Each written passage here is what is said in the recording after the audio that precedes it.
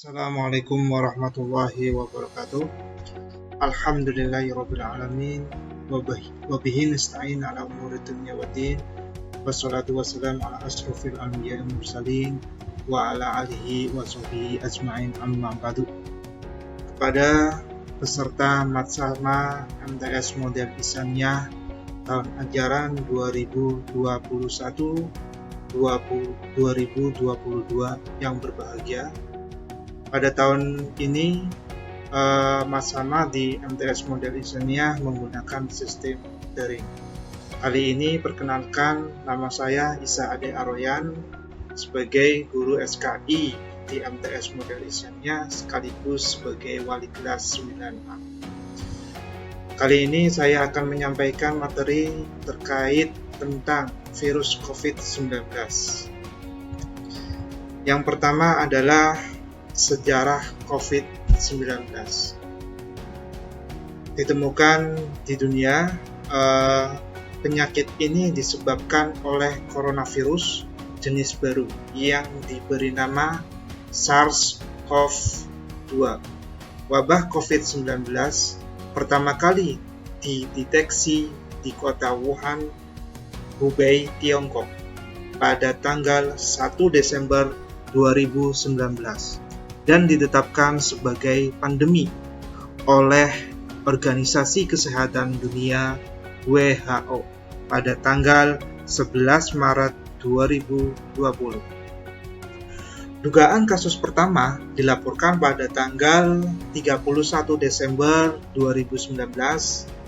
Gejala awal mulai bermunculan 3 pekan sebelum pada tanggal 8 Desember 2019. Pasar ditutup tanggal 1 Januari dan orang-orang mengalami gejala serupa dikarantina oleh pemerintah.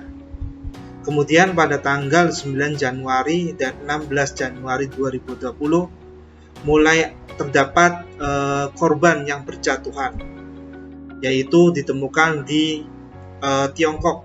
Terdapat 3 wanita dan 1 pria.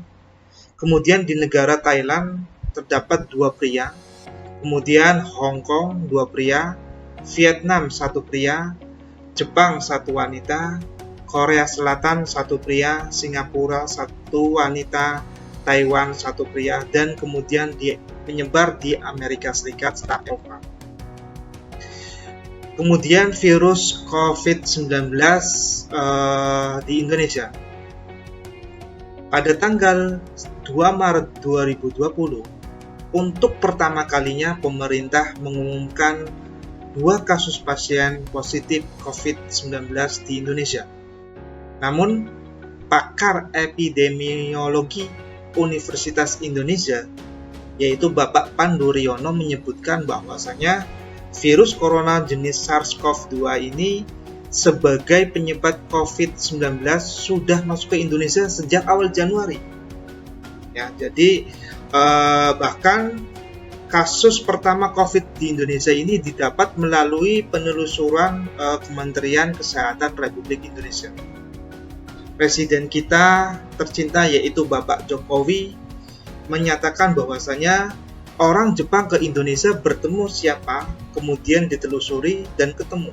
Ternyata orang yang terkena virus corona berhubungan dengan 2 orang, yaitu ibu 64 tahun dan putrinya 31 tahun. Penanganan kasus pertama virus corona itu tidak hanya berfokus pada kedua pengidapnya. Ya, jadi demi penularan lebih jauh, ya, maka pemerintah Republik Indonesia juga mengisolasi rumah pengidap COVID-19 di Kota Depok.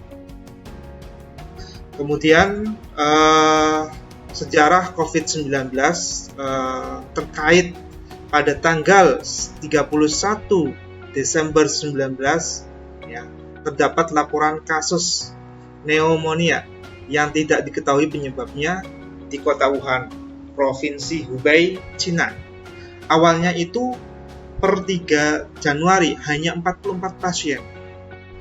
Kemudian pada tanggal 1 bulan 1 tahun 2020, outbreak dicurigai terkait dengan suatu pasar di Wuhan. Artinya di sini ditemukan virus corona ini pertama kali berada di suatu pasar yang di kota Wuhan, China. Kemudian The Huanan Seafood Wholesale di Wuhan ditutup. Ya, tindak upaya yang langsung dilakukan oleh pemerintah China yaitu langsung menutup ya, tempat seafood tersebut. Kemudian pada tanggal 11 bulan 12 antara 11 sampai 12 Januari 2020 secara epidemiologi outbreak berkaitan dengan paparan satu pasar di kota Wuhan. Jadi satu pasar tersebut terdeteksi sebagai ditemukan pertama kali virus COVID-19. Sampel isolat untuk diidentifikasi mikroorganisme penyebab tipe baru coronavirus, yaitu pada tanggal 10 Januari 2020. Kemudian transmisi hewan ke manusia. Jadi penyalurannya itu diduga pada saat itu penelitian yang dilakukan oleh para ilmuwan di Cina itu diduga yaitu transmisi hewan ke manusia. Ya. Kemudian pada tanggal 20 bulan 1 tahun 2020 terdapat 15 pekerja medis terinfeksi. Satu pasien dalam kondisi sangat kritis. Kemudian tim di Cina mengkonfirmasi bahwasanya virus Wuhan dapat transmisi melalui manusia ke manusia. Jadi bukan hanya transmisi hewan ke manusia, tetapi juga bisa melalui kontak antara manusia. Ya. Kemudian terkonfirmasi kasus terdapat di 29 dari 31 provinsi di Cina. Jadi terdapat 29 provinsi ya dari 31 provinsi di Cina yang terpapar, yang teridentifikasi kasus tersebut. Ya, jadi teridentifikasi 15 staf rumah sakit terinfeksi. Kemudian 14 kota di Cina dikarantina.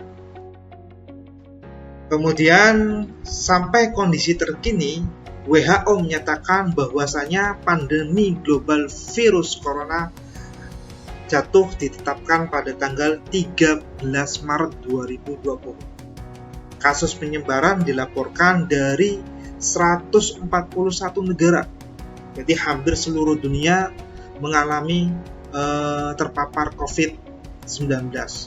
Sampai saat ini bahkan di Indonesia tiap jam kasus terus bertambah dan semakin meluas ke berbagai negara. Bahkan data terbaru daftar 20 besar kasus COVID-19 di dunia per 2 Juli 2020. Urutan pertama yaitu Amerika Serikat. Ya, terdapat 33.678.270 orang ya, kasus COVID-19. Bahkan Indonesia menempati urutan yang ke-17 yaitu sebesar 2.203.108 orang terindikasi kasus COVID-19. Menurut liputan6.com Jakarta, kasus COVID-19 dunia per Jumat kemarin pada tanggal 2 Juli 2021 terpantau Johns Hopkins University telah menembus angka 182.582.291 kasus dengan total kematian tercatat dari seluruh dunia mencapai 3.954.621 orang yang meninggal. Kemudian Amerika sejauh ini masih menempati urutan kasus yang terbanyak. Tadi yang saya sebutkan di awal yaitu 3.678.270 dengan angka kematian 605.012 orang yang meninggal. Sedangkan Indonesia berada di urutan ke-17 dengan angka kematian 58.995 orang yang dinyatakan meninggal. Penyebab awal COVID-19. Terdapat 4 skenario asal mula virus corona di Wuhan menurut WHO. Yang pertama adalah kontak langsung dengan kelelawar. Melalui kontak langsung dengan spesies inang ini adalah kelelawar tapal kuda, yang mana virus bisa saja beredar pada manusia untuk sementara waktu. Kemudian yang kedua adalah menular dari spesies perantara. Skenario kedua asal mula COVID-19 yang dianggap paling mungkin terjadi yakni melibatkan penularan COVID-19 ke manusia melalui spesies perantara yang belum pernah diketahui. Yang ketiga adalah penularan melalui makanan beku. Dan yang keempat adalah kebocoran virus dari laboratorium. Terdapat isu kebocoran virus SARS-CoV-2 dari Institut Virologi Wuhan menjadi kemungkinan yang bisa saja terjadi, sebab diketahui bahwasanya institusi ini telah mempelajari virus corona di penangkaran. Jadi virus corona ini berasal dari virus zoonotik atau transmisi dari hewan ke manusia. Jadi penularannya itu berasal dari hewan kemudian menular ke manusia. Yang kedua adalah virus RNA yang bersirkulasi di hewan, yaitu bisa saja unta, kucing, kelelawar, dan lain-lain. Yang selanjutnya adalah dapat menginfeksi ke manusia. SARS, MERS, COVID-19. Kode genetik virus COVID-19 ini mirip juga virus SARS. Adapun penularan COVID dan transmisi dapat disimpulkan bahwasanya COVID-19 itu dapat menular dari manusia ke manusia, ya, melalui via droplet, yaitu batuk atau bersin. Kemudian kontak dekat personal, yaitu melalui sentuhan jabat tangan. Yang selanjutnya adalah menyentuh benda yang terdapat virus, kemudian menyentuh hidung sebelum mencuci tangan. Yang terakhir adalah kontaminasi feses. Adapun tanda-tanda dan gejala COVID-19 secara umum ditemukan bahwa yang pertama adalah pilek, yang kedua adalah batuk, yang ketiga adalah demam tinggi, kemudian sakit tenggorokan, kemudian indera penciuman dan perasa itu terganggu atau tidak merasakan penciuman, bau maupun rasa pada lidah kita. Kemudian terdapat sesak nafas, ditemukan dengan beberapa kasus. Kemudian kondisi yang dapat memperberat kasus COVID-19 yaitu usia manula, asma, diabetes, jantung, atau juga penyakit bawaan. Ditemukan juga yang namanya varian baru COVID-19. Varian COVID-19 yang terbaru adalah disebut Alpha. Varian ini pertama kali muncul di Inggris pada bulan Desember 2020. Adapun virus corona Alpha ini gejalanya apa saja? Yang pertama adalah demam, batuk, sulit bernafas, menurunnya fungsi indera pengecap dan penciuman, dan keluhan pada saluran pencernaan. Yang kedua adalah varian virus corona Afrika Selatan, sering disebut juga dengan Beta. Kemudian varian yang berasal dari Brazil yang disebut dengan Gamma, ya, ditemukan di Brazil. Selanjutnya adalah varian India yang disebut juga dengan Delta. dianggap lebih menular dan bisa menyebar lebih cepat. Bahkan di Indonesia ditemukan di kota Jakarta terdapat varian jenis Delta ini. Selanjutnya, varian Amerika Serikat yang disebut juga dengan Epsilon. Varian virus corona Brazil yang disebut dengan Zeta. Kemudian varian virus corona yang ditemukan di Brazil juga yang disebut dengan P2. Kemudian varian Eta yang ditemukan di Inggris, varian Filipina yang disebut dengan Theta, varian Amerika Serikat yang disebut dengan Lota, dan yang terakhir, yang terbaru, yaitu varian India yang disebut dengan Kappa. Adapun definisi operasional, yang pertama adalah orang dalam pemantauan atau ODP. Apa itu ODP?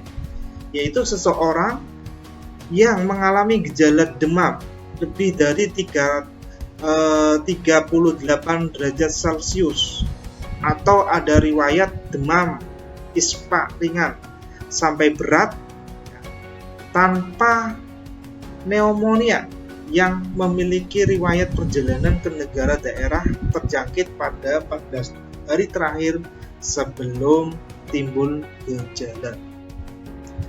Selanjutnya adalah PDP. Apa itu PDP? PDP dalam pengawasan, pasien dalam pengawasan. Seseorang mengalami yang pertama demam 38 derajat Celcius, batuk, pilek, nyeri tenggorokan, pneumonia ringan hingga berat. Nah, kemudian riwayat kontak dengan kasus konfirmasi COVID atau bekerja mengunjungi fasilitas kesehatan yang berhubungan dengan konfirmasi COVID. Kemudian memiliki riwayat perjalanan ke negara. Ya. Kemudian selanjutnya yaitu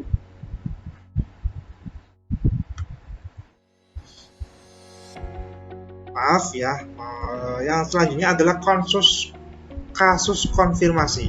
Seseorang yang terinfeksi COVID-19 dengan hasil pemeriksaan laboratorium positif. Kemudian yang terakhir adalah orang karantina.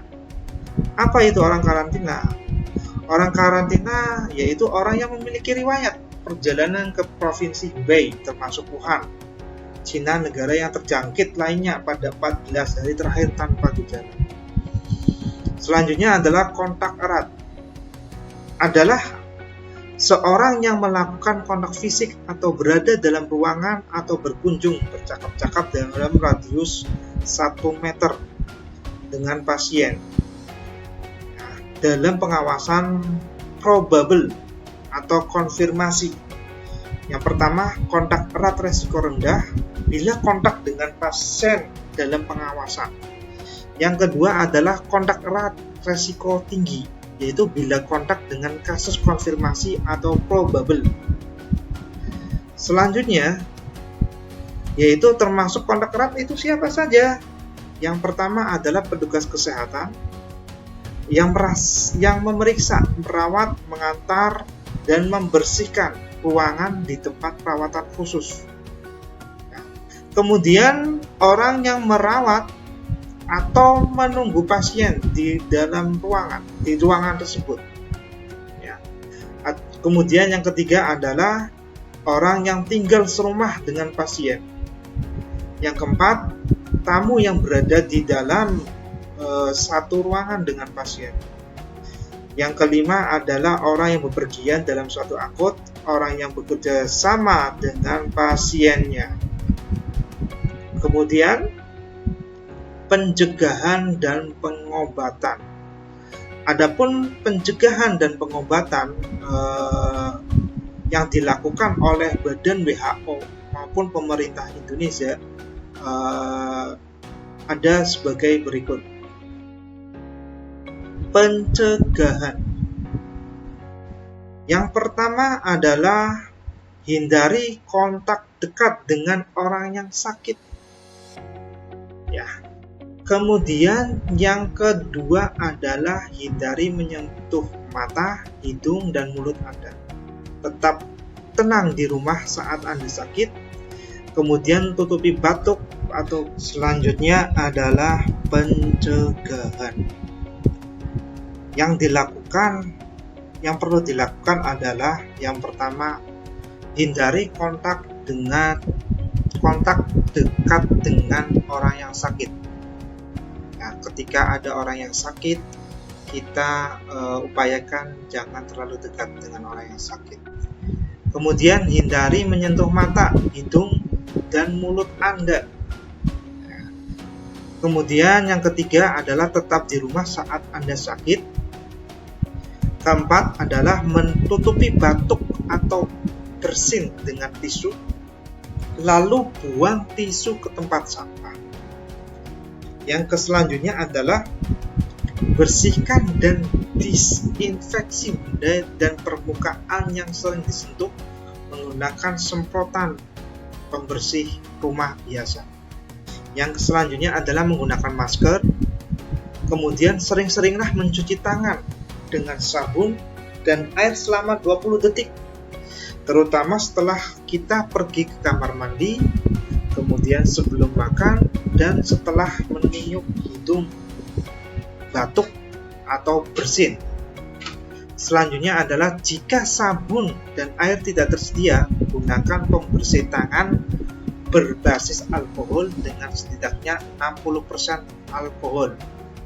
Selanjutnya terakhir adalah cuci tangan dengan sabun dan air jika tampak kotor.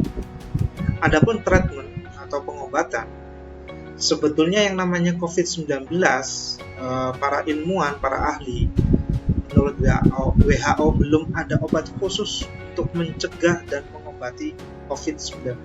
Tetapi sudah ada upaya yang dilakukan oleh WHO maupun negara-negara yang lain, bahwasanya dengan cara pencegahan berupa vaksinasi.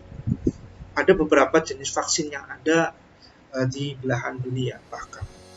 Kemudian beberapa kasus dengan terapi suportif untuk membantu dapat bernafas, bisa menggunakan beberapa obat-obatan yang telah dianjurkan oleh para dokter yang ada. Kemudian adapun hikmah dengan adanya kejadian luar biasa COVID-19. Apa itu hikmahnya? Yang pertama adalah dapat meningkatkan kualitas ibadah kita serta memperbanyak zikir dan memperkuat doa. Yang namanya kesehatan itu sangat mahal harganya. Maka di sini ketika seseorang dicoba dengan ujian berupa COVID-19, maka beberapa orang kalau memiliki keimanan yang kuat, maka akan meningkatkan kualitas ibadah kita karena merasa butuh pada Allah Subhanahu wa Ta'ala. Dengan cara bagaimana? Dengan cara memperbanyak zikir dan memperkuat doa. Karena yang namanya COVID-19 itu percaya tidak percaya pasti istilahnya, kalau kita nggak percaya ternyata ada yang terpapar sampai meninggal dunia.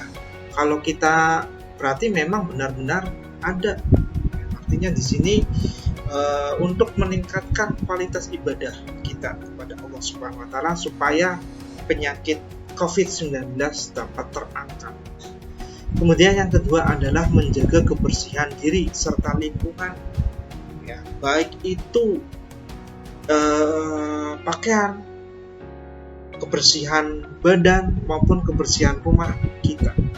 Jadi untuk menjaga terhindar dari virus-virus yang ada maupun bakteri-bakteri yang ada. Kemudian yang ketiga adalah hikmah selanjutnya adalah populasi udara di jalan-jalan raya menurun. Polusi maaf di sini saya salah. Di sini ada polusi udara di jalan-jalan raya menurun.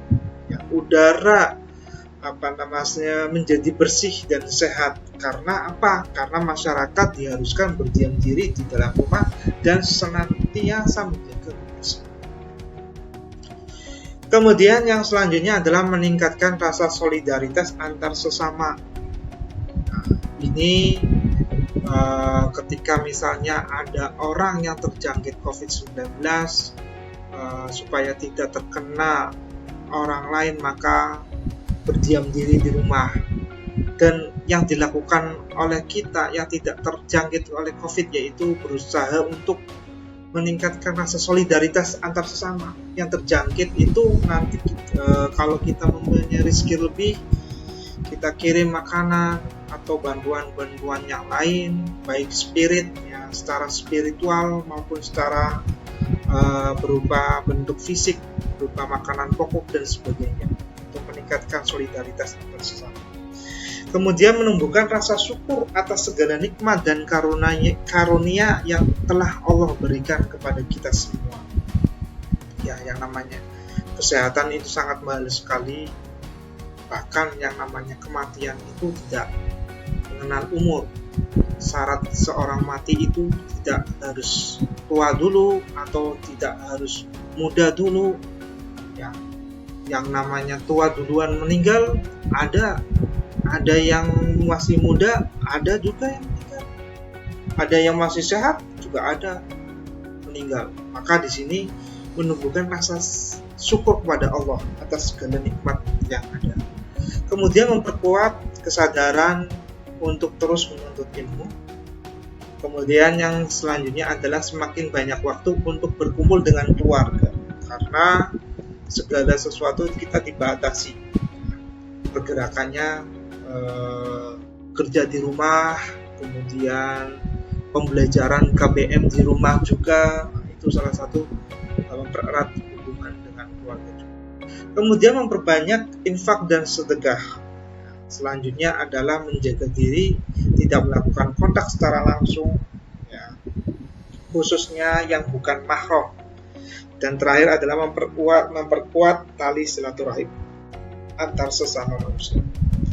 Adapun upaya yang dilakukan pemerintah Republik Indonesia telah menetapkan aturan pembatasan PPKM darurat Jawa Bali yang ditetapkan pada tanggal 3 sampai 20 Juli 2021. Ya. Apa saja? Yaitu ada 100% WFH sektor non-esensial, kemudian 50% WFH sektor esensial, 100 WFO sektor kritikal dan lain sebagainya. Nah, jadi di sini upaya pemerintah untuk menanggulangi COVID seperti ini. Kemudian upaya pemerintah yang lain yaitu mengkampanyekan gerakan masyarakat hidup sehat atau germas dengan cara bagaimana? Makan makanan yang bergizi, 4 sehat 5 sempurna, rajin olahraga, jaga kebersihan, tidak merokok, kemudian cuci tangan dengan bersih, memakai masker, minum banyak air putih yang banyak, ya. Artinya kemudian bila sakit atau demam segera berobat. Ya. Kemudian yang terakhir berdoa, jangan lupa berdoa kepada Allah Subhanahu Wa Taala. Kemudian jangan lupa kita lakukan 5 langkah cuci tangan dalam 20 detik. Yang pertama, basahi tangan seluruhnya dengan air bersih yang mengalir. Gosokkan dengan sabun telapak tangan, punggung serta jari-jarinya. Bersihkan bagian bawah kuku-kuku, gosok-gosok, kemudian bilas dengan air bersih yang mengalir. Kemudian keringkan dengan tisu atau kemudian yang selanjutnya adalah etika saat kita batuk atau bersin. Yang pertama adalah tutup hidung dan mulut kita dengan tisu ketika batuk atau bersin, atau tutup dengan lengan baju. Ya, bagian atas ketika batuk atau bersin, buang tisu setelah dipakai, kemudian cuci tangan Anda menggunakan sabun atau hand sanitizer, kemudian pakailah masker bila Anda flu atau sedang batuk. Ya. Demikian pemaparan presentasi terkait materi COVID-19. Semoga bermanfaat bagi kita semua. Mohon maaf atas segala kekurangan yang ada. Semoga kita terhindar dari penyakit yang COVID-19 dan tetap dalam keadaan sehat walafiat. Assalamualaikum warahmatullahi wabarakatuh.